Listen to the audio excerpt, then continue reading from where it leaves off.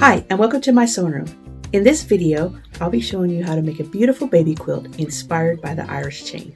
I'll walk you through each step from picking out fabrics all the way down to the last stitches. So let's jump right in. First, let's talk about the materials you will need for your baby Irish chain. You'll need 1 yard of a main print and 1 yard of a background print. I like to start by picking out my main print first. Then I'll find a background that complements the main print, but doesn't outshine it. For this one, I chose a soft blue print with small florals and butterflies dotted throughout. White is always a safe bet, but sometimes I like to try something a little different. I could have used a soft yellow, a muted green, or even a pastel pink for the background in this one, but I had a cute low volume dot print in my stash that complemented the colors in my main print, so I went with that print for this quilt. For my second quilt, I picked a purple dragonfly fabric that's been in my stash for several years. I didn't have a full yard of it though, but there was enough to make the top, so I'll have to get another print for the binding. I decided to pair this one with a soft yellow. I would like to have gone even lighter, but this was the lightest yellow I had in my stash. For this last one, I didn't have a really light shade of pink or purple I liked, and I was about to go with white, but then I decided to try out this green and see what happens. It's almost the same shade as the leaves, and pink and lime green is a fun color combo. Once you pick out your two fabrics, you'll need a small piece of batting. The quilt measures 37-inch square, and you may have a leftover piece that's big enough. If not, you can sew two leftovers together. Sometimes you can even find some pre-packaged battings that's the perfect size. For the backing, you'll need 1.25 yards of fabric. That will give you plenty of extra inches all the way around. And the quilt is small enough that it actually fits within the width of the fabric, so you don't have to piece your backing. And finally, you'll need some fun thread to go with it. I thought about using a white, but even for my one that has mostly white in the background, I still opted to use a light blue thread. It's light enough that it doesn't overpower the fabric. For the dragonflies, I used a light yellow, and for the pink flowers, I went with a light green. Now that we've talked about the materials, let's go over the layout of the quilt. Sometimes it helps to visualize the blocks you are making and where they go before you start cutting and sewing anything. This quilt is put together like a big 9-patch. A traditional 9-patch is made up of 2 alternating colors, a light and a dark. So again, similar to a 9-patch, this quilt is made up of 2 alternating blocks, a chain block and a square inside a square block. Each block is made up of squares and rectangles, but instead of cutting individual shapes, I'm going to show you how to make this using strip sets, which makes things go a lot faster. So let's start the cutting. From your main print, you need to cut 2 strips that are 2 inches wide by the width of the fabric. You'll need 1 strip that is 3.5 inches wide, and then you'll need 4 strips that are 4 inches wide. And for the binding, you'll need 4 strips that are 2.25 inches wide. A lot of people like to cut their binding at 2.5, but I fold my binding over to the front, so I want a little smaller, so I do 2.25. From the background fabric, you need to cut 5 strips that are 3.5 inches wide, and 6 strips that are 2 inches wide. Next, I like to organize my strips and get them ready for each stage. First, I want to prep my strip sets. I'll take the 3.5 inch main print and pair it with 2 of the 3.5 inch background strips. I'll be sewing the 2 background prints to each side of the main print. Then I'll take 1 2-inch strip of the main fabric and 1 2-inch strip of the background fabric, and I'll pair those together because I'm going to sew those on the long end, and I'll do that 2 times so I can have 2 strip sets. The rest of the 2-inch background strips can be put next to the 4-inch wide strip sets of the main fabric, as these will be used for the borders. Next, I want to cut out my 9.5 inch rectangles for my square inside of square blocks. So I'll use 2 of the 3.5 inch strips to cut 8 of those. Each strip will give me 4 rectangles, and I cut 4 layers at a time with the strips folded in half, so it's 2 quick cuts. I used the last 3.5 inch background strip to cut out 10 3.5 inch squares. I'll need those for the 5 chain blocks, and I set those to the side. Once those are cut, I head to the sewing machine to sew my strip sets. I start with a strip set that will make the center row of all 9 blocks. So I sewed a background strip on either side of the main fabric and pressed the strips open. This gives me a strip set that is 9.5 inches wide by the width of the fabric. Then I sewed the 2-inch strips together to give me a strip set that is 3.5 inches wide. These will be subcut to give me the 4 patches I need for my chain block. I pressed those as well and took them all back to the cutting table. I started with a 9.5 inch strip set and I cut 9 3.5 inch strips from that. Again, these are the center row of all 9 blocks, both the chain block and the square inside a square block. For my 4 patches, I'll place one of the 3.5 inch strips on top of the other, and I want to put pretty sides together, or the right sides together, and I want to make sure that opposite fabrics are touching each other. I smooth out the seam in the center all the way down my strip set, making sure both seams are nested into each other. Then I subcut 20 2-inch sections.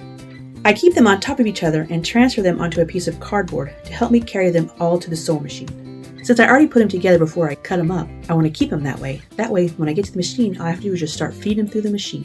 When I pick one up, I do a little quick feel to make the seams are still butted up against each other, and then I just run it right through the machine. And I'll chain piece all 20 of those.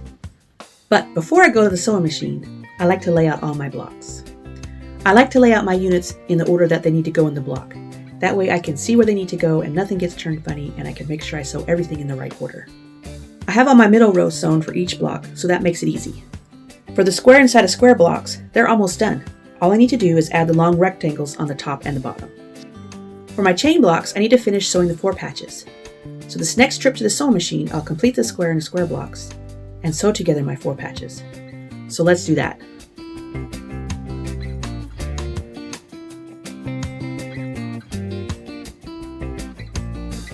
Once I have my 4 patches made and my 4 square and square blocks sewn and pressed, I take those back to the cutting table and I plug in my 4 patches into my layout. The only thing you have to watch out in your 4 patch is the direction that the main fabric is heading. We want to create a chain, so we need to make sure that the 4 patches turned so that the main fabrics on the 4 patch flow along with the main fabric in the center row to create a chain. Sometimes I'll sew just one full row and keep it at my sewing machine. That way when I take one and match it with another, I just do a double check of my original and then make sure they're lined up right and then I'll sew. The top and bottom rows of the chain block are the same, so I can sew them all at once. When they're all finished, I'll line them up with my center row. I'll place the top one above it and then rotate the bottom one so that the chain keeps going all the way across. And then I'll sew them all together to create my last 5 blocks. As I'm sewing and pressing, I'll double check with my other blocks to make sure I press my seams the opposite way. That way they'll butt up against each other when I want to start laying out the whole quilt. Now that all my blocks are done, I lay them out in a bigger 9 patch, and then I sew those rows, and then I sew those rows to each other, and then my top is almost done. I just need to add the borders. With the size of the blocks being 9 inches finished, I know my first border will need to be 27 inches plus a ½ inch for seam allowance. I measured my top to make sure it was on target, and it was, so I cut 2 of the 2-inch background strips to 27.5 for my side borders, and I cut the top at 30.5 inches. I also cut my main fabric borders at the same time. Since the quilt is a square, the side borders for these are the same as the top border of the background at 30.5 inches. That leaves my last 2 strips to be cut at 37.5 inches. For the borders, I sew on the sides first and then the top and the bottom, and then my top is complete. This was one of the fastest baby quilts I've ever made. From the first cut of the fabric to the final pressing of the last seam, it took me 1 hour and 14 minutes. And since I already knew what I was doing, the second 2 came out even faster. The pink and green one I got down to 1 hour and 7 minutes. Now I didn't add up the time it took me to pick out all these fabrics, and that will vary from person to person. Prepping the background fabric was quick and easy, as these were already the perfect width and the perfect length. All I had to do was give it a quick press with my iron to get out any extra little wrinkles. The quilting on these was fast for me too. I decided on an all-over meander pattern for 2 reasons. Number 1, I want these quilts to be used and loved and worn out, and a meander quilting is good for that. Second, I'm pretty fast at a meander. I had this first cop loaded and quilted within 20 minutes. I've had some people tell me that they're slow at a meander because they're worried about backing themselves into a corner. But the more you practice at it, the better you'll get at it. I've been quilting for 27 years, and I've done a lot of meanders, and I've backed myself into a lot of corners. If it wasn't for that practice and learning how to get out of those corners, I don't think there was any way I could have quilted that one this fast. You may have to add a little more time if you're quilted on a regular machine.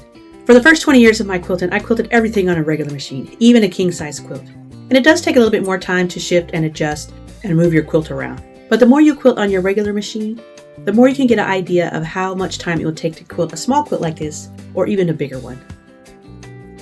When I started the binding on these quilts, I was talking to my son on the phone, so I forgot to set my timer. But the quilt is small, it's only 4 short sides, and the binding went on pretty fast.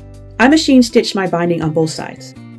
I start by sewing it onto the back, and then I flip it over to the front. I like to do it this way so the front always looks nice. The back does have a line all the way around the edge where I stitched the binding down, but if you use the same thread, it blends in with the quilting. This way, I always know that I catch the seam on the front. And with the binding added, I now have 3 fun, cute little baby Irish chain quilts. Since these were so quick to make, I played around and made 3 different colorways. I wanted to be able to show you how the background can affect the main print when you use different colors. I was a little worried at first how the green would look on this one here. I thought it might be too overpowering. But out of all the 3, it's my favorite one. If you decide to make one, pick the colors you like and give it a try. If it turns out ugly and you just don't like it, you can give it away to the dog shelter or the cat shelter. They would love to have it, and the animals don't know if it's ugly or not. Thanks so much for watching, and happy quilting!